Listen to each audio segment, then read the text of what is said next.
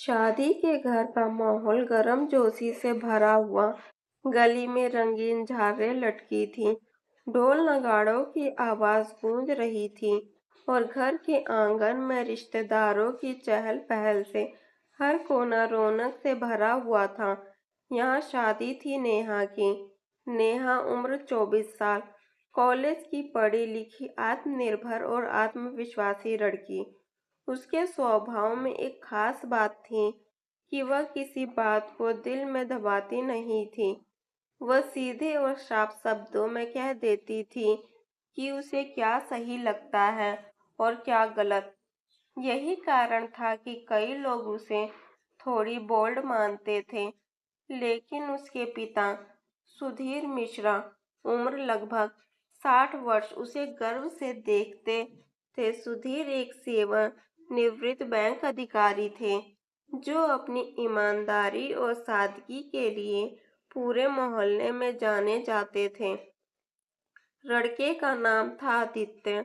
आदित्य एक इंजीनियर था, उम्र 28 साल, देखने सुनने में अच्छा और अपने काम में ईमानदार। आदित्य का परिवार ठीक ठाक संपन्न था, लेकिन उसकी माँ श्यामवती को दिखावा और रिवाज निभाने में ज्यादा दिलचस्पी थी। तिलक का दिन आया। घर के भीतर और बाहर हर जगह रौनक थी। औरतें गीत गा रही थीं, बच्चे पटाखों और खेलों में मस्त थे। समधी एक दूसरे से मिल रहे थे और हर कोई इस रिश्ते को लेकर उत्साहित था। तभी अचानक औरतों की तरफ से शोर उठा, अरे ये क्या, आदित्य की बहन के पति के लिए कपड़े ही नहीं लाए। ये कैसी तिलक की रस्म है। पहले तो लोगों ने ध्यान नहीं दिया, लेकिन धीरे धीरे आवाज तेज हो गई। देखते ही देखते ये बात सामने आ गई कि दूल्हे की माँ श्यामवती इस बात पर नाराज थी कि उनकी बेटी के पति के लिए कपड़े क्यों नहीं दिए गए। श्यामवती ने ऊंची आवाज में कहना शुरू कर दिया, इतनी बड़ी रस्म में क्या इतना भी नहीं पता कि दामाद के लिए कपड़े देने होते हैं। हमारी इज्जत का क्या होगा। सुधीर मिश्रा ने बहुत शांति से माहौल संभालने की कोशिश की। उन्होंने कहा, देखिए, ये बस एक भूल है, बाकी सब तो पूरी तैयारी से किया गया है। लेकिन श्यामवती मानने को तैयार ही नहीं थी। उनकी आवाज लगातार तेज होती जा रही थी। रिश्तेदारों ने धीरे से सुधीर से कहा, आप पैसे दे दीजिए, कह दीजिए वो यहीं से कपड़े ले लेंगे, बात यहीं खत्म हो जाएगी। सुधीर कुछ देर चुप खड़े रहे।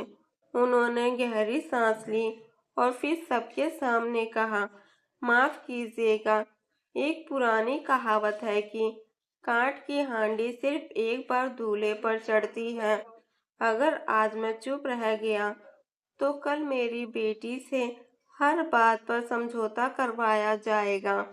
आज कपड़े का बहाना है, कल किसी और कमी का, और तब मेरी बच्ची की जिंदगी किसी सौदे से कम नहीं रह जाएगी। उनकी आवाज गूंजदार और आत्मविश्वास से भरी थी। पूरा माहौल सन्नाटे में बदल गया।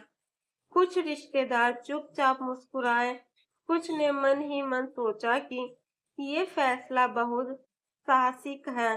सुधीर ने सबके सामने साफ शब्दों में कहा, आपको अपना बेटा मुबारक, जय राम जी की।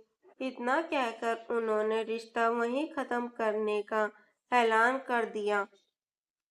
इस अप्रत्याशित फैसले से आदित्य और उसके परिवार का चेहरा उतर गया। लेकिन सबसे बड़ा दृश्य तब सामने आया जब पर्दे के पीछे से ये सब देख रही नेहा बाहर आई। उसकी आंखों में आंसू नहीं थे, बल्कि एक चमक थी। उसने पापा की ओर देखते हुए मुस्कुराकर कहा, धन्यवाद पापा, आपने मुझे किसी सौदे का हिस्सा बनने से बचा लिया। नेहा का आत्मविश्वास और पिता का दृढ़ निर्णय देखकर वहां मौजूद कई मेहमानों की आंखें भर आई। किसी ने धीरे से कहा, आज सुधीर जी ने वह कर दिखाया जो हर पिता को करना चाहिए, अपनी बेटी की इज्जत और खुशी के लिए खड़ा होना। उस रात जब मेहमान लौटे तो हर जगह यही चर्चा थी कि मिश्रा जी ने सही किया, और नेहा ने महसूस किया कि उसका असली रिश्ता अभी बाकी है, वह रिश्ता जो भरोसे और सम्मान पर टिका होगा, ना कि रस्मों के दिखावे पर।